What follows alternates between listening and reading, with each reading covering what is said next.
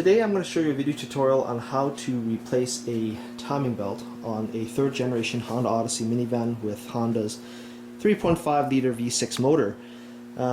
This will be one of my first video tutorials in many series that is to come on general vehicle maintenance.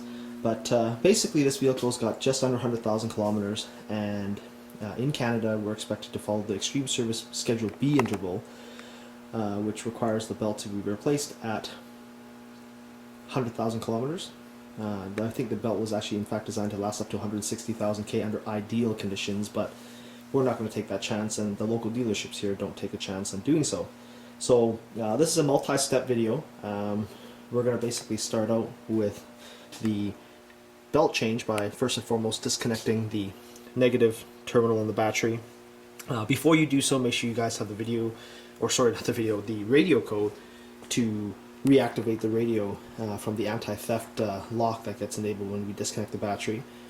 We're also going to take the engine cover off right here, and that involves doing a quarter turn on these little turn nuts and then essentially just popping the cover off. There's actually two hidden little stubs right in this area that pop off. They're not held with anything other than a little rubber grommets, so you just got to be a little bit gentle in doing the removal, followed by the removal of our little computer module here. It's held in by a few screws, and the reason why this has got to come out is that it's going to give us a little bit more room down in this area where the power steering pump is, as well as allowing us to remove that engine mount. If you can sort of see it way down in there, there's actually 3 bolts, 1, 2, 3, that's actually tucked in underneath here, so that does require removal. One word of advice when you are doing this, I strongly advise that the engine be really clean.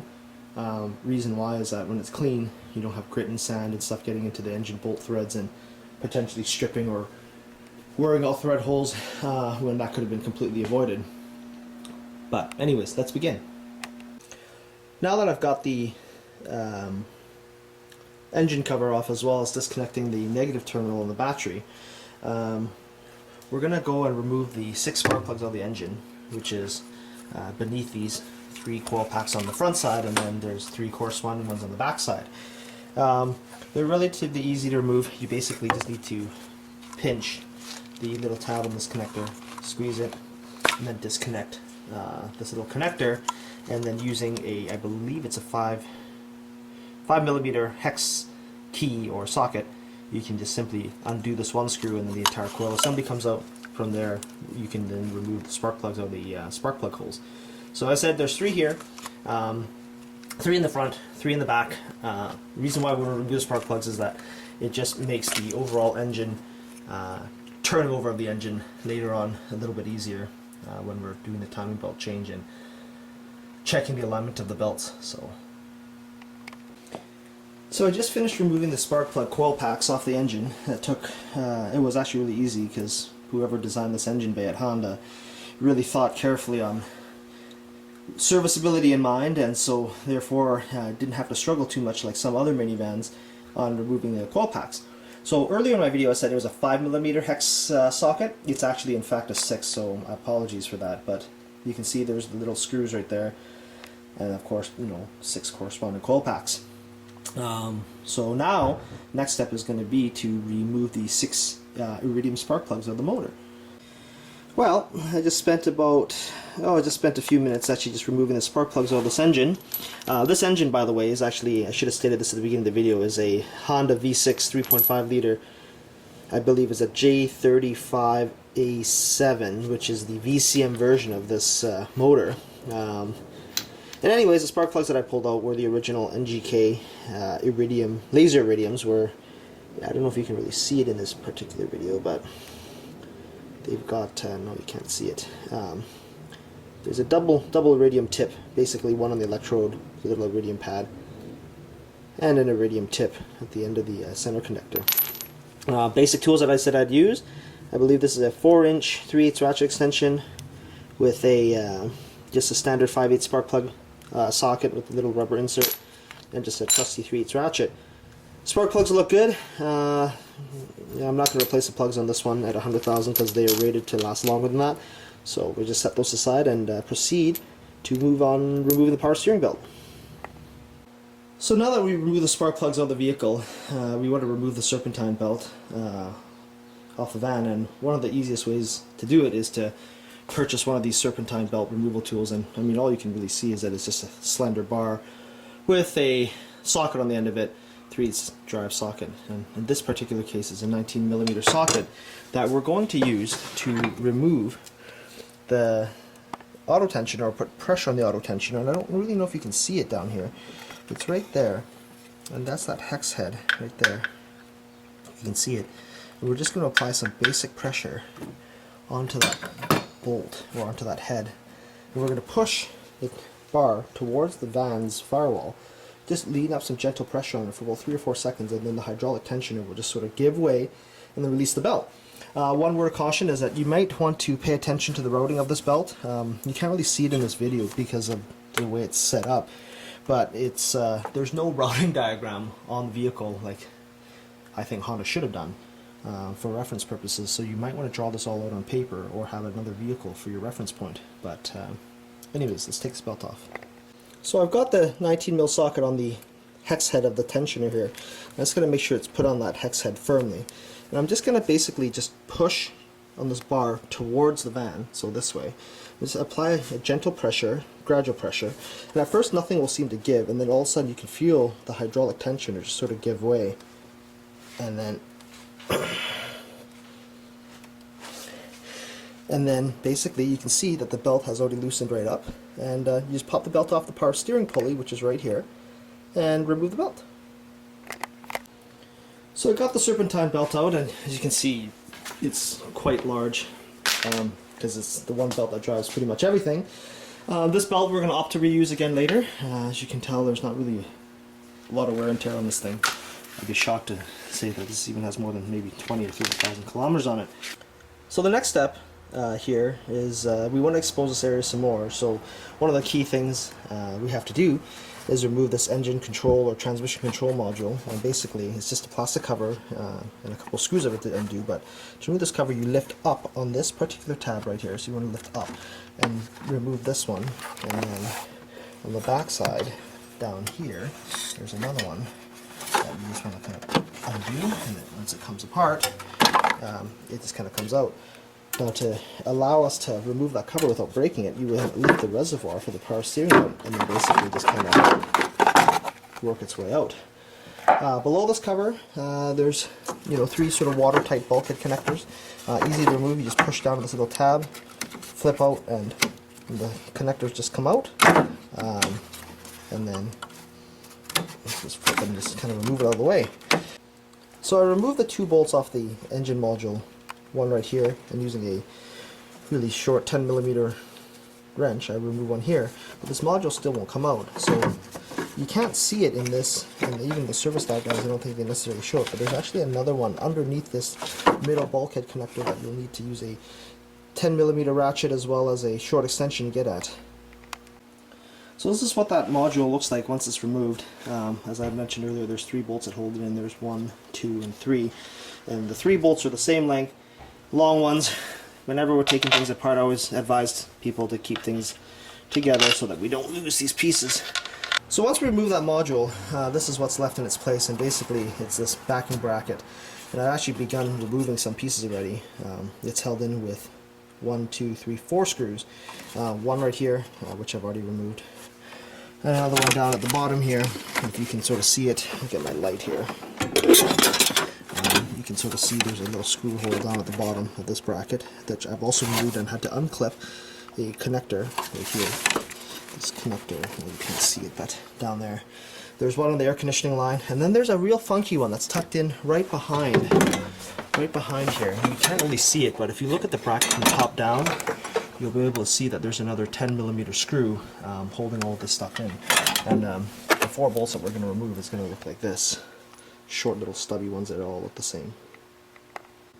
So there's the bracket removal.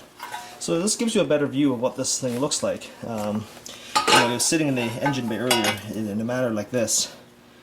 Those are the 4 screws. A couple things to watch for that I couldn't demonstrate earlier because of the lack of space and lighting. So right here there is a little sort of a hole. You see that hole?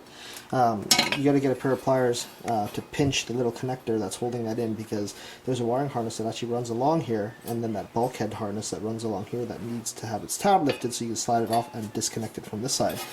On the back side where that pesky bolt is, you kind of had to finesse a really long extension to get at it.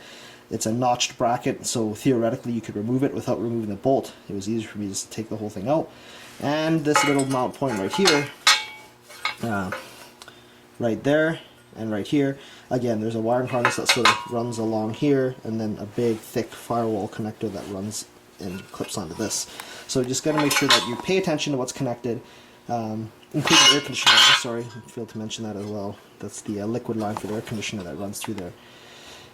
Take your time. Patience is your friend. You know, with enough perseverance, you'll be able to take things out without breaking a single thing.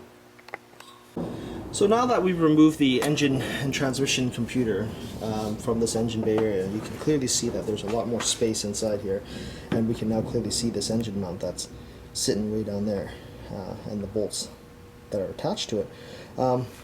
Couple things here. I'm not going to go over in great detail because it should be fairly obvious once you take it out that little items like the engine wiring harness nut, you know, that's got to come out, the screw, and that'll all sort of detach the things attached to the engine mount. But what we're going to focus our energies on is the power steering pump removal.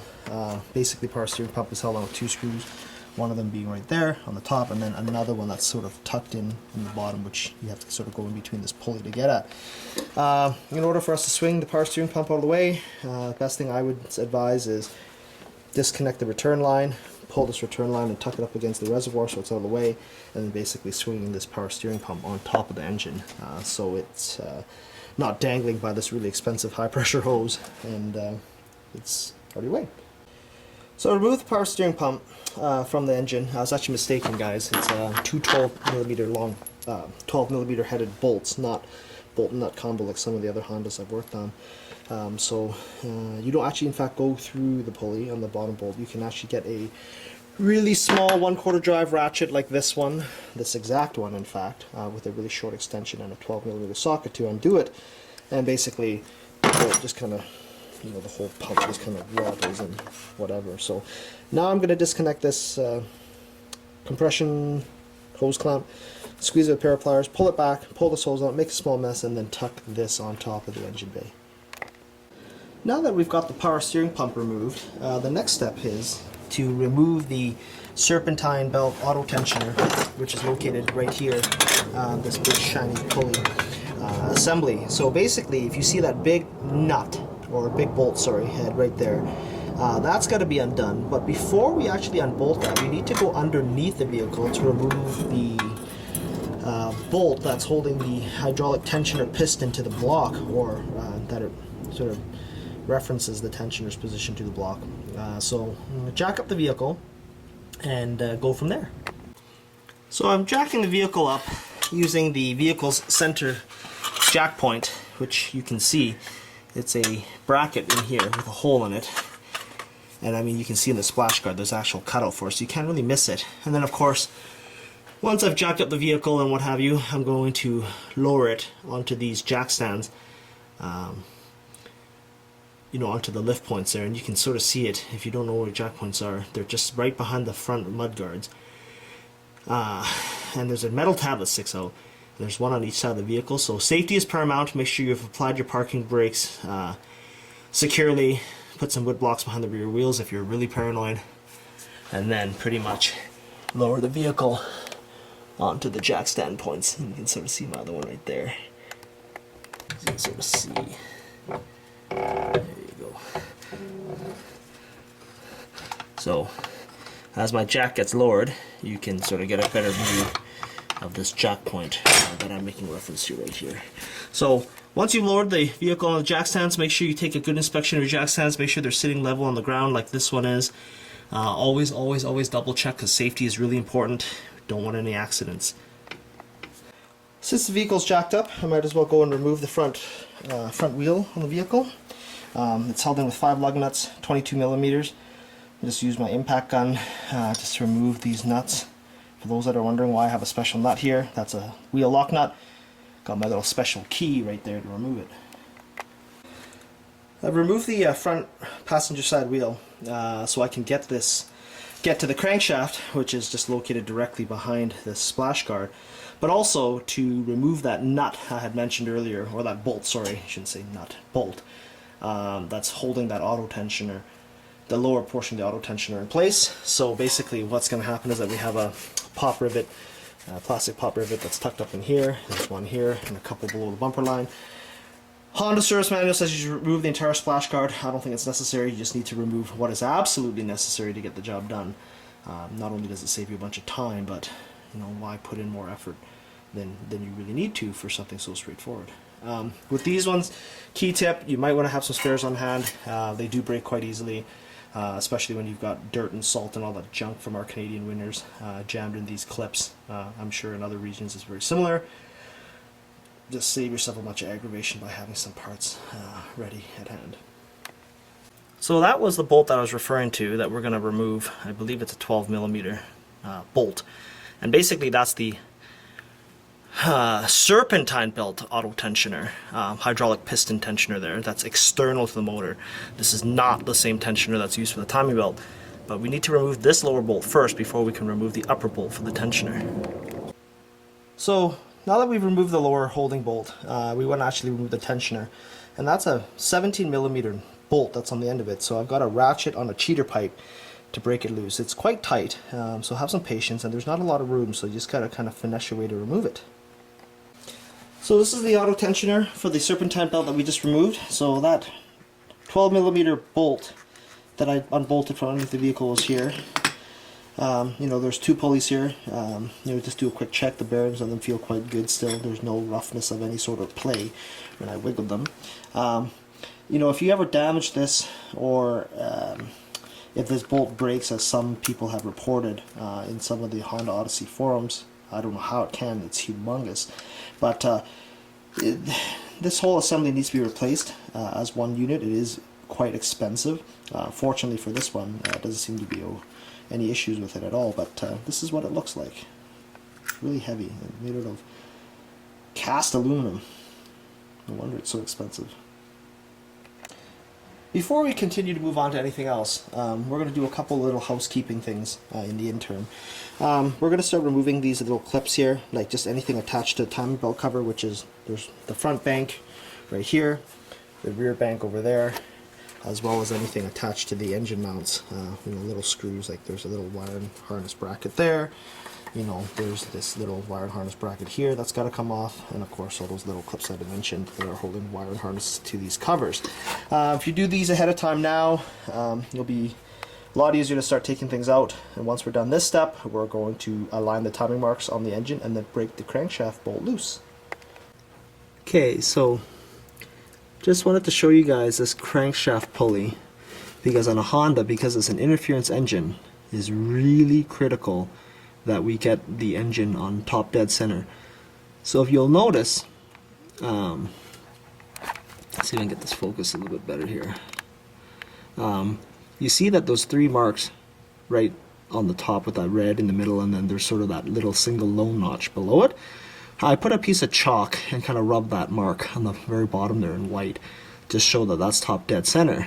And the three marks is actually timing marks. You know, back in the olden days when Honda had engines where they used to run on 16 or 18 degrees before top dead center, and you could manually adjust the timing and what have you. But on these new sort of advanced engines, there's no need for that anymore. The whole premise of it is that that white mark on its own, so this one right here, right there, not the top three, but that one right there, has to line up with an arrow on the timing cover. And I don't know if I can show that to you from this perspective. So there's the timing mark that I showed you earlier, and it's got to line up with that timing cover triangle. You see that? Right there in the middle? That white mark has to line up with that, and that'll be the crankshaft at top dead center. And then we can also confirm top dead center based on the timing marks on the camshaft covers, which I'll show you next. So the engine on this van rotates in a clockwise manner. So you want to just keep rotating the engine clockwise, never counterclockwise ever, you know, because that would make the timing belt skip a tooth, possibly. You turn into a clockwise direction until that mark that I showed you earlier lines up perfectly with this arrow, and then we'll check at the top to see if the camshafts are in the right relative position. So, I don't know if you can see it here, but you can see that timing mark. Well, I don't think you really can actually, but down there you can see my sort of white chalk mark and my timing mark on that triangle. If you look, you can see it where that pulley is, and you see that little arrow on the right of it and the white dot. And how we can confirm this on the top side is the timing cover here. I've already removed the 5 bolts holding this specific cover on right here, this timing cover, and I basically can just pull this off, and you can see that, see if I can show this to you better with some light, that there's the cam pulley, and there's in fact a mark on the top of the cover, a notch, so to speak. Yeah, these hoses are in the way, it's brutal. You see that notch right here? There's that notch, and it's supposed to line up with the number 1 on this pulley. If you look carefully enough, you can see that there's a number 1 right here, right above the pulley. There's a number 1 right there, a number 1, and then that pulley lines up with that line on this back cover right there, and there's a notch right there as well with the white dot. So we are at top dead center, because if the front cam is TDC, then the back cam should be also TDC, or aligned with TDC. So since we're up here, I'd highlighted that I removed this camshaft cover. We might as well remove the back one, which is right in there. Again, it's got 5 screws on it. That one's kind of a pain because you see this wiring harness here. I've even disconnected this little ground cable on this bracket. But you got to kind of untuck that wiring harness, and it's really tight fit. But just take your time, pop it off so you can see everything. You'll see that same mark notch on the back cover as well, with I believe a number 1. So just pay attention to the orientation of it. Mark the pulleys if need be. I've done this a few times now, so I have an idea of what I'm looking for when I'm taking these things out. Okay, so I got the rear timing cover off as well, or timing belt cover, and you can see, if you can see, that there's a notch right there. If you look behind that wire, you can see my little notch on the, let's see here if I can get this a better view. There's a line off the timing cover. You can see that. See that notch right there? And that's going to line up with that little notch on the pulley, if we can actually get that to be visible in this really tight confined space. So there's a notch. You can feel it, as a matter of fact. You see that notch on the pulley? How that lines up, sort of. These awesome cameras don't do such a great job. There's a notch on the pulley, and it just lines up the notch on the back. That's all I can videotape to show you guys. There are the 2 upper timing belt covers with all 10 screws. So the next step is to remove that pesky crankshaft pulley bolt. And so as you can see here, I've got my crankshaft holding tool, which I bought from Honda, paid an arm and a leg for, although I'm sure you could buy it from AutoZone or some other similar sort of supply house, maybe Auto Value or Parts Source or Canadian Tire, perhaps. I don't know if they actually sell those. I bought mine from Honda years ago. I've got my breaker bar, 1/2-inch drive, 2 long 12-inch sort of 1/2-inch drive extensions, my 19mm impact socket, make sure it fits tight and is not fractured, because I've seen people actually damage their bolts, and this ginormously long, probably 8-foot long cheetah pipe, which makes short, work of an otherwise arduous task of removing an otherwise insanely tight crankshaft bolt. So basically how this is going to work is we will go and place our little crankshaft holding tool into the hex slot of that pulley, and with as little disturbance to the top dead center positioning as possible, we're going to use our 19mm socket and crack that nut loose. It's extremely tight, that's why the cheater bar is as long as it is, and it's going to be guaranteed that when you break it loose that you're going to move off top dead center. Not a big deal if you move, a little bit to the left or a little bit to the right. You just got to make sure that before we remove the actual bolt and the pulley and the timing belt, that the camshafts and the crank pulley are at TDC, and as long as we don't move anything after that, then we're okay.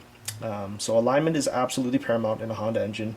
You can do some irreparable damage in the thousands of dollars to fix if you botch this step up. So this is what a setup looks like right before you break the bolt loose. As you can kind of sort of see, my crankshaft holding tool is kind of propped up against the floor of the garage. I'm going to put something underneath to protect the fancy handle on the end of this tool. You got to make sure that that's sitting square in the bore of that pulley and make sure that it doesn't move. I actually in fact had to jack up the vehicle higher so I could actually get the tool to clear the subframe. You can see the fit is pretty much touching the frame. So you just have to play with it. Make sure you don't lose alignment. Key thing here, verification check is making sure that we haven't lost our top dead center, which we haven't. And if we do, we're going to just adjust it a little bit afterwards before we take the pulley off. But we're going to break her loose. So we got this bolt out. It took a lot of reefing on our part. On my part, I should say. There's only me doing this. So 19mm bolt. Got that off. Engine luckily didn't even flinch in terms of movement. Everything's still at TDC, and that's what it looks like. So once we remove this pulley, well, again, quadruple check to make sure that everything's still at TDC and the marks that I highlighted earlier in this video. Or if you have a service manual, even better, it'll also explain to you how to double check the work in case you couldn't see it properly in this video. But basically we're going to remove this pulley, and then we're going to remove the dished washer behind it, and then remove the lower timing cover. So this is what it looks like with the lower timing belt cover removed. 2, 4, 6, 7 screws removed, and the crankshaft pulley with the bolt. And this is what it looks like underneath. Once everything has been pulled away, this is that washer I was making reference to. This comes out after the timing belt cover is removed. This washer, this disc so to speak, is really important in the direction that you install it. You can see there's a slight tapered edge, and that tapered edge goes away from the timing belt, and the telltale signs of it is of course the timing belt grooves. But you can sort of see it, how it sort of sits dished up. I don't know if it's a good view or not, but anyways, it's pretty obvious based on the dirt and stuff which way it's supposed to go back in. Next step we're going to do is that we're going to remove this engine mount by undoing these two bolts here, which is the engine mount link, and undoing this bolt here that's tucked in behind this sort of anti-vibration weight right there. We're going to pull that link out, but before we do so, you got to make sure that you support the engine via the oil pan underneath the vehicle, just right there. Now, if you have a jack that doesn't have a cup that can be removed, then you might want to put a piece of wood between the jack, but on mine it's a flat surface, so flat contacting the flat is probably not going to do any damage, so I just didn't put it in. So let's do that next. And that's the engine link now. Let's just come out. So this is what that space looks like now.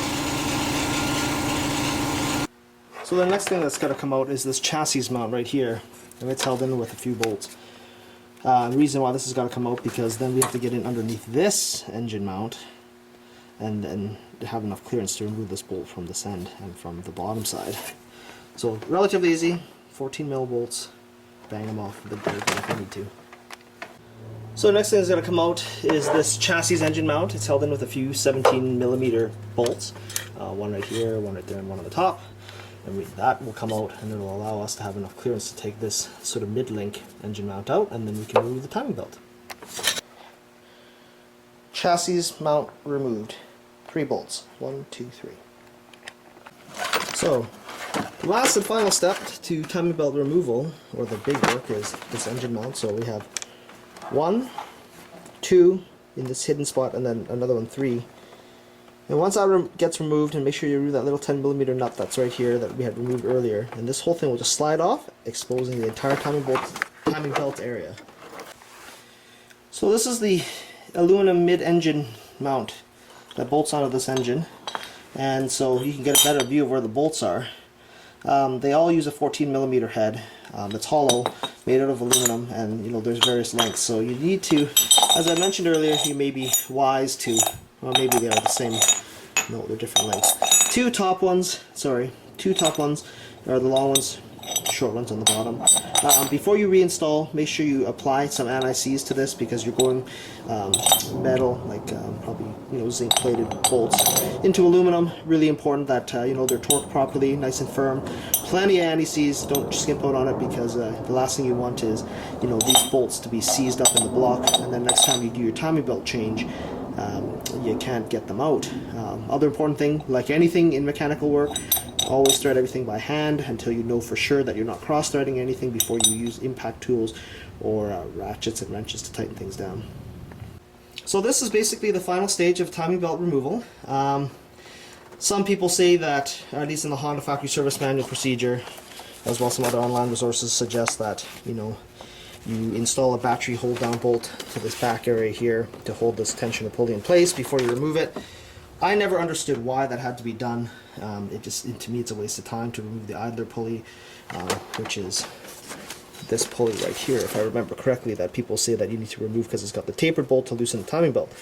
I just simply unbolt the hydraulic tensioner down here. It's held in with two 10mm bolts that is pushing up against this.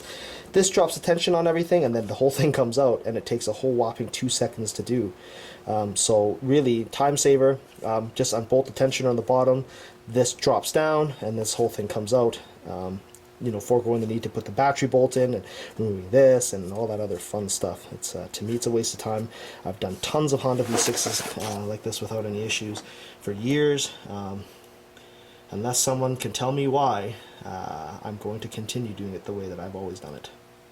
So right above the oil filter here, I've got my hydraulic tensioner, and you can sort of see it pushing up against the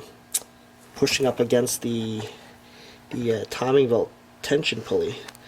And so there's a little hole there that we need to use a vise to push that back in and then put a pin into it to hold it.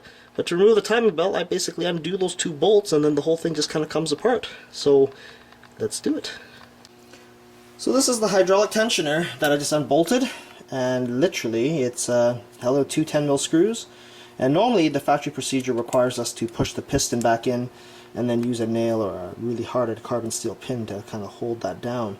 This tensioner is no good. If you see, it's actually leaking oil, even though it's a tiny. If it was just a hair of oil, that's fine, but there's actually oil pooling in here, so I'm not going to take my chances and replace this with a factory Honda one. I've heard of people buying these on eBay for really cheap, but that's a real foolish thing. These things are like $200, and honestly, for an engine that's like $4,000 or $5,000 to probably replace. Not really worth saving on it, so my personal opinion is just replace the damn thing and then call it a day. Well, this is what everything looks like. The tensioner removed, so you can see that the slack on this pulley right here, has been pushed away, and now we can pretty much just undo the belt and unroute it, and then follow the factory routing methodology to reinstall all of this, and then we can be underway. So here's the old belt. It's, like I said, on this vehicle, it's got just over or just under 100,000 kilometers, and the surface is kind of glazed. Feels kind of hard, but you can't really tell by looking at a condition of a belt whether or not it's going to break. Honda belts, historically in the old Hondas, were good for 100,000 kilometers, and that was considered like the routine maintenance schedule. These ones are theoretically rated for 160,000 kilometers, or about 100,000 miles. Again, I mentioned earlier in the video, in Canada, where the temperatures can be really hot and cold, it just simply isn't worth skimping out on this belt when service is due. Key thing worth mentioning when you're moving it, because of the method that I used to remove this timing belt, we want to make sure you don't disturb the positioning of everything when you're doing the belt removal. I usually start off by, because the tension is released off of this pulley here, I generally undo it here, and I gently and ever so carefully unhook it from this back cam, because that can move really easily, and then sort of undo it as it comes underneath this water pump, and then over to this top cam gear, and then back around to this tensioner, and then I just kind of wiggle it off, the crankshaft at the very end. Like I said earlier, Normally the factory service manual tells you to remove the idler pulley to take the tension off the belt. I never understood why, because if everything's lined up perfectly, everything should go back in perfectly. So that's the removal procedure. We'll get the new belt now and then install it, using the factory routing method, and then put everything back together. So here are the replacement parts for the Odyssey here. So I got the 14400-RCA-A01 timing belt from Honda, as well as the 14520-RCA-A01 hydraulic tensioner for the timing belt. Brand new in package. I like using genuine Honda parts. It's never worth, at least from my past experiences, buying anything else. I found that, not maybe timing belts, but other belts and stuff that don't come from the dealership, sometimes don't quite fit right, and it just creates more work than necessary, and I'd rather pay the slight premium to buy the factory parts. Belt's about 120 bucks Canadian, and the tensioner is that's a pricey one at 200 bucks at the local Honda dealer.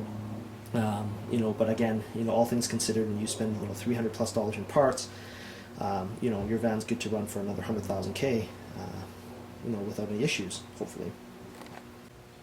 So we're going to put the new belt in here shortly, but one of the key things that we want to do before we do anything else moving forward is to make sure that all the actual bearings in the pulleys, so the 3 that you see before us, are good. The center one's actually in fact the water pump, so you just got to make sure that there's no signs of coolant leaking from the shaft area of the water pump or through the weep holes that you can clearly see at the bottom of the water pump.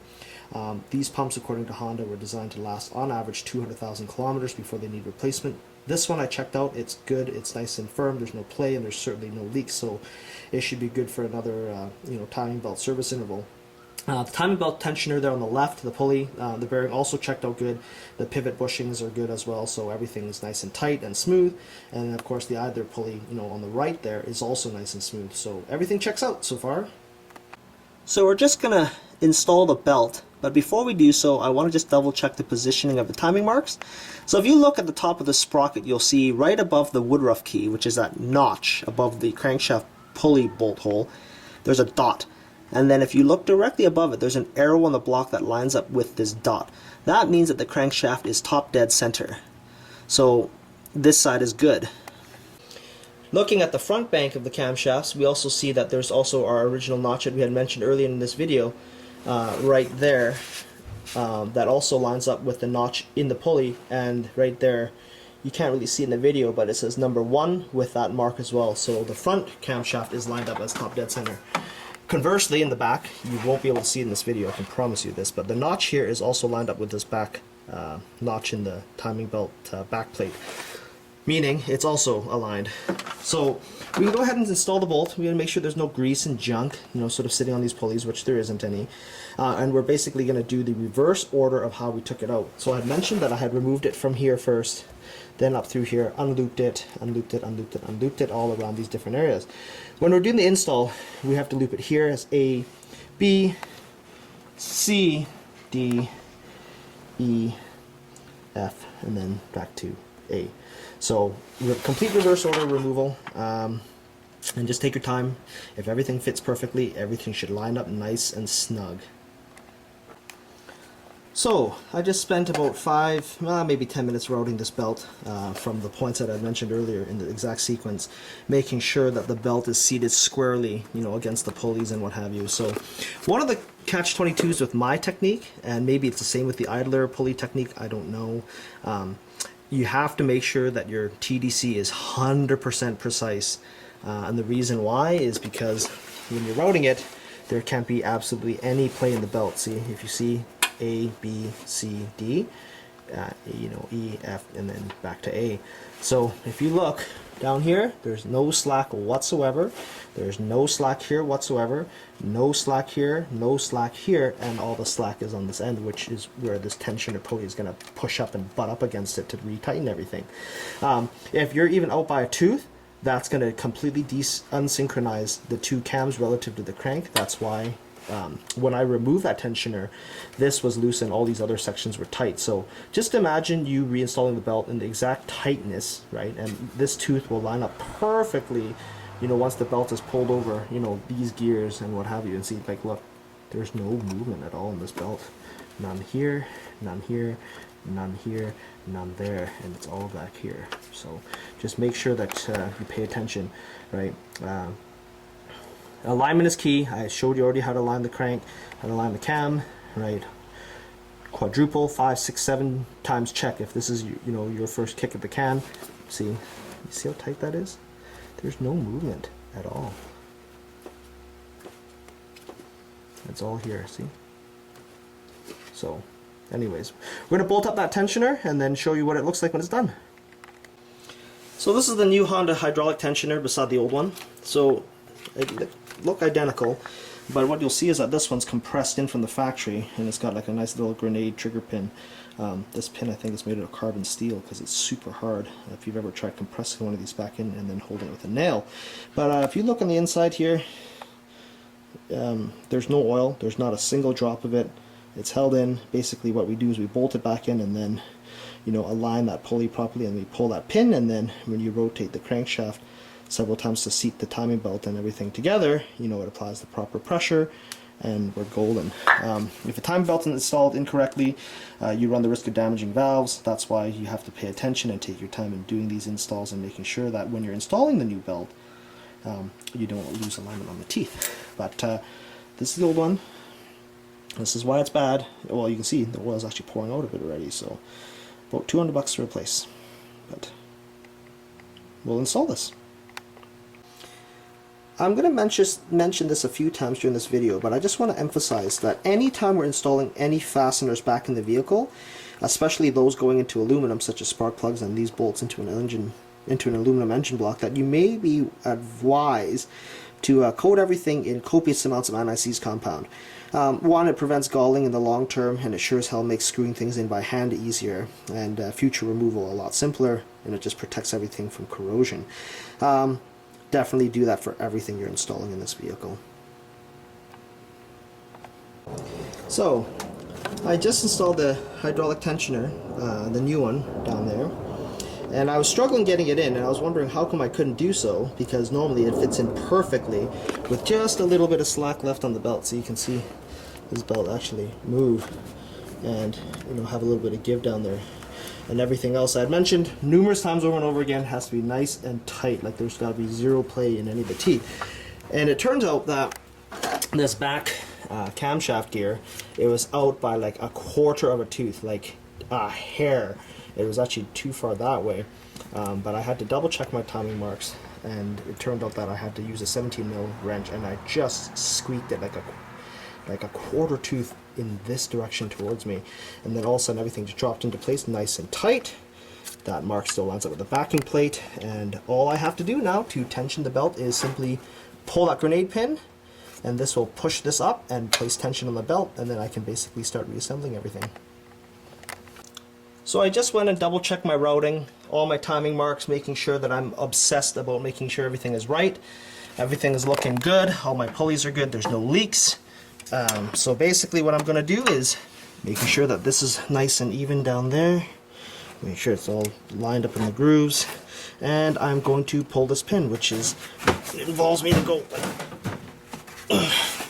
basically,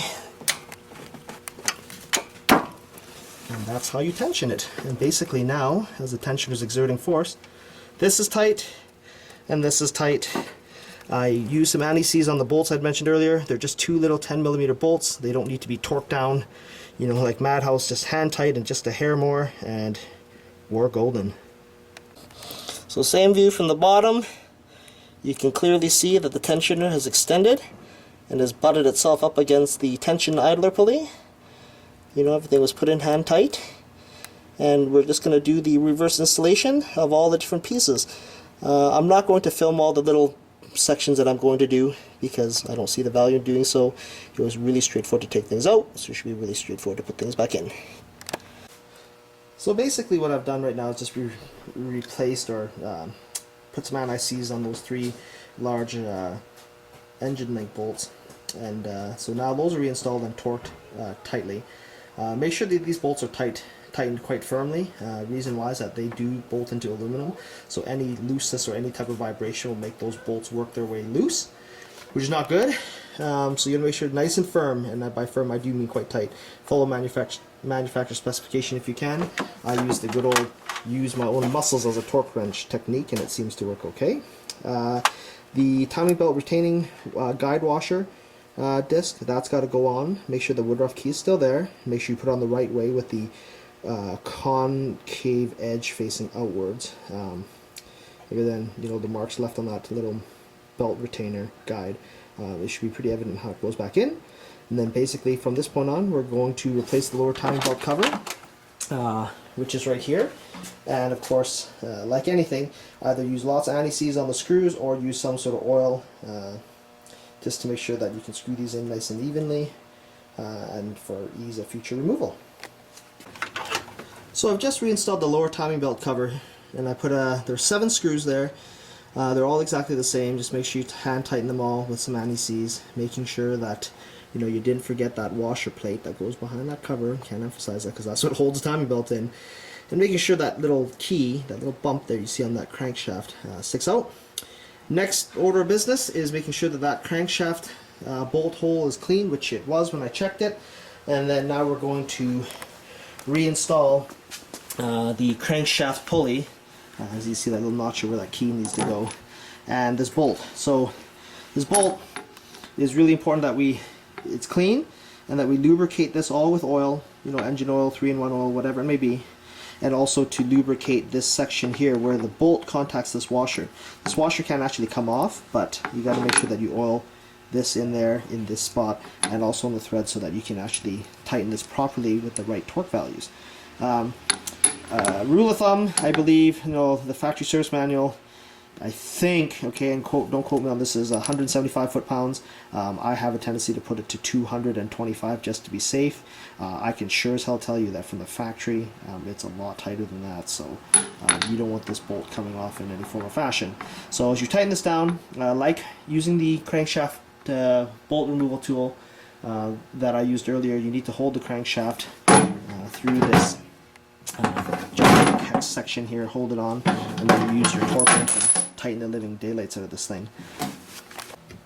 So I just recorded a segment there to indicate that I tightened this thing up to 200 foot-pounds and what have you, but it actually turns out that the service manual from Honda says to turn this thing with the crank pulley to 47 foot-pounds using a torque wrench and then turning it an additional 60 degrees.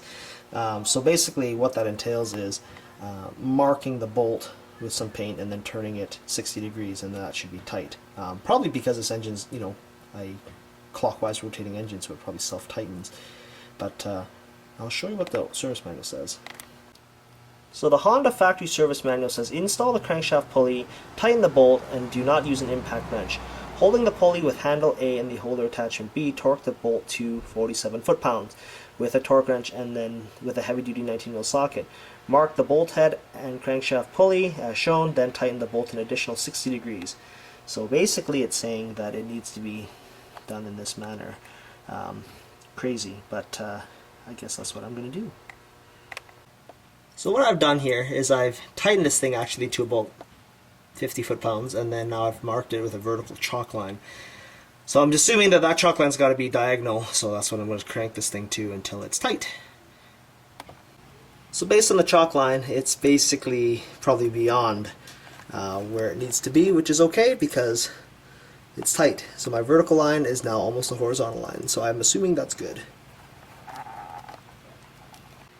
So now that the crankshaft pulley is installed, the next step we're going to do is rotate the engine clockwise at least 6 or 7 times, and then set the crankshaft to TDC and verify that the camshafts are also at TDC.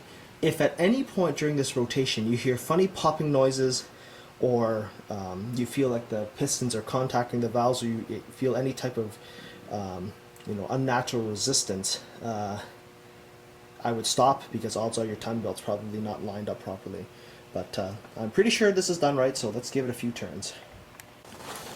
So I've rotated this engine probably 15 times or so, and because I haven't reinstalled the side engine mount or the side engine link, you can see, I'm hoping you can see,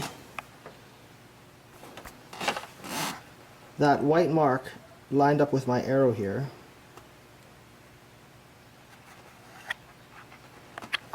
See if I can get the focus a little bit better here.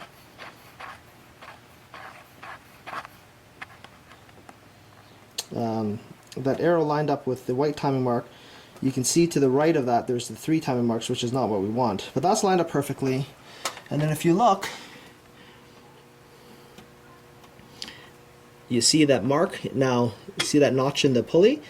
That's lined up to the back plane, and it doesn't quite look like it's lined up there, but in fact it is if you look at it straight on, and it is right.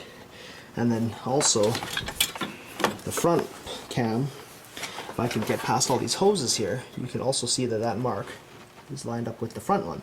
So I've rotated this many times. We're golden. We can start reassembling the covers. I would advise putting these timing covers on first so that nothing falls down there, otherwise it'll take everything apart again.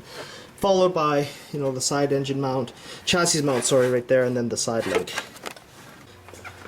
So I've reinstalled the top timing covers here, so you can see my little 5 bolts here and my little wire clip there is installed, and the back one is also put back in. So the next thing I'm going to put in is the side engine mount. Last time we removed this, initially what we did was remove the link and then that. So now we're going to put that on and then the link, remove the jack mount of the vehicle, and continue putting things back together. So I just reinstalled the side chassis mount, and now the next item is going to go in is this aluminum link. Notice all the anti-seize again. It's going into an aluminum surface, so make sure that those mating surfaces are clean, the threads are clean, and make sure you torque them down accordingly. Loose mounts will end up leaving those threads stripped, and if you over tighten them, you'll strip them. So use caution and make sure it's firm and just maybe a hair tight. Thanks. Just a tip, when you're installing this aluminum mid-link, the engine link here, is that you may want to actually in fact not install these 2 bolts into this aluminum mount, but to install that end one first. And the reason why is that you're trying to basically try to fit a needle, you know, through a little hole that you can't really see. And if you have these 2 bolts bolted first, then you're going to be wrestling with the entire engine trying to align it. Whereas if you bolt that and tighten that almost completely tight, give it some room to move, then you can sort of adjust the height of the motor and align these mounts a little bit easier. Okay, so we've reinstalled the side mount, side link, engine mount. The next step is power steering, and then the control box, which I'm not going to showcase until I'm done, tensioner, and then we're going to be complete. Okay, so we finished installing the chassis mount and link mount and torqued everything nice and snug. You know, reconnected a couple of odd little clips and what have you here and there. The next step is going to be installing the tensioner, which is pretty critical because this tensioner here, in fact, needs a little bit of oil. It's sort of almost installed like a crankshaft bolt, but we need to make sure these threads are oiled properly and installed and torqued so that it doesn't break. So I've reinstalled the power steering pump, engine mounts, and even the auto tensioner, and lubricated that long bolt as what the service manual suggests, and tightened it down. And now we're going to put the Serpentine belt in. We're going to put that transmission engine computer module back in as well, and install the spark plugs and fire it up. So this is the final stage of our repair job here. I just validated the gap very carefully without damaging the iridium tips on those reused spark plugs. They're still very good, in fact, and still in spec, and there's no damage to them and no fouling.